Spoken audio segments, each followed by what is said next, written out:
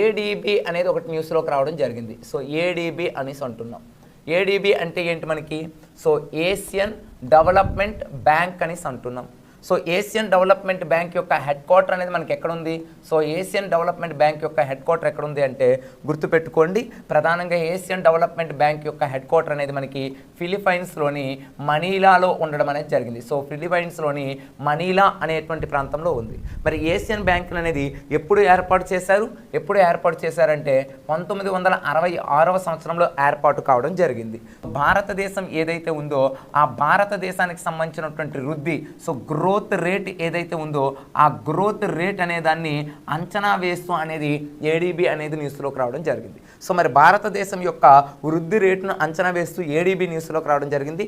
మరి ఎంత శాతము అనేది ఈ సంవత్సరానికి అంటే 2025 సో 2025 2026వ సంవత్సరానికి ఎంత వృద్ధి రేట్ అనేది ఏషియన్ డెవలప్మెంట్ బ్యాంక్ అనేది అంచనా వేయడం జరిగిందంటే 6.8. సో 6.8 ఏదైతే ఉందో ఆ 6.8% అనేది ఈ యొక్క గ్రోత్ రేట్ అనేది అంచనా వేయడం జరిగింది. ఎప్పుడు 2025-26 సంవత్సరానికి 6.8% గ్రోత్ రేట్ అనేది భారతదేశం యొక్క గ్రోత్ రేట్ అనేది పెరుగుతుందని అంచనా వేసింది.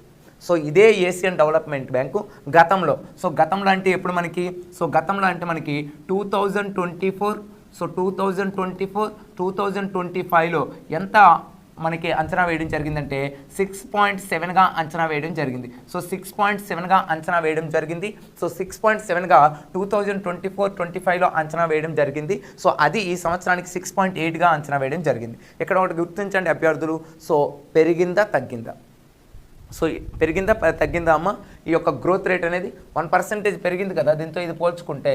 సో దానికి గల రీజన్ ఏంటి అనేది కూడా గుర్తుపెట్టుకోవాలి. సో దానికి గల రీజన్ ఏంటి చెప్పిందంటే మనకి ఏడీబీ అనేది ప్రధానంగా గుర్తుపెట్టుకోండి, ద్రవ్యోల్బణం ఏదైతే ఉందో ఆ ద్రవ్యోల్బణం అనేది తగ్గడం జరిగింది. అంటే ఏంటి? ధరలు నిరంతరము అనేది పెరగడాన్ని ద్రవ్యోల్బణం అంటారు కదా, ఆ ద్రవ్యోల్బణం ఇన్ఫ్లేషన్ అనేది తగ్గింది.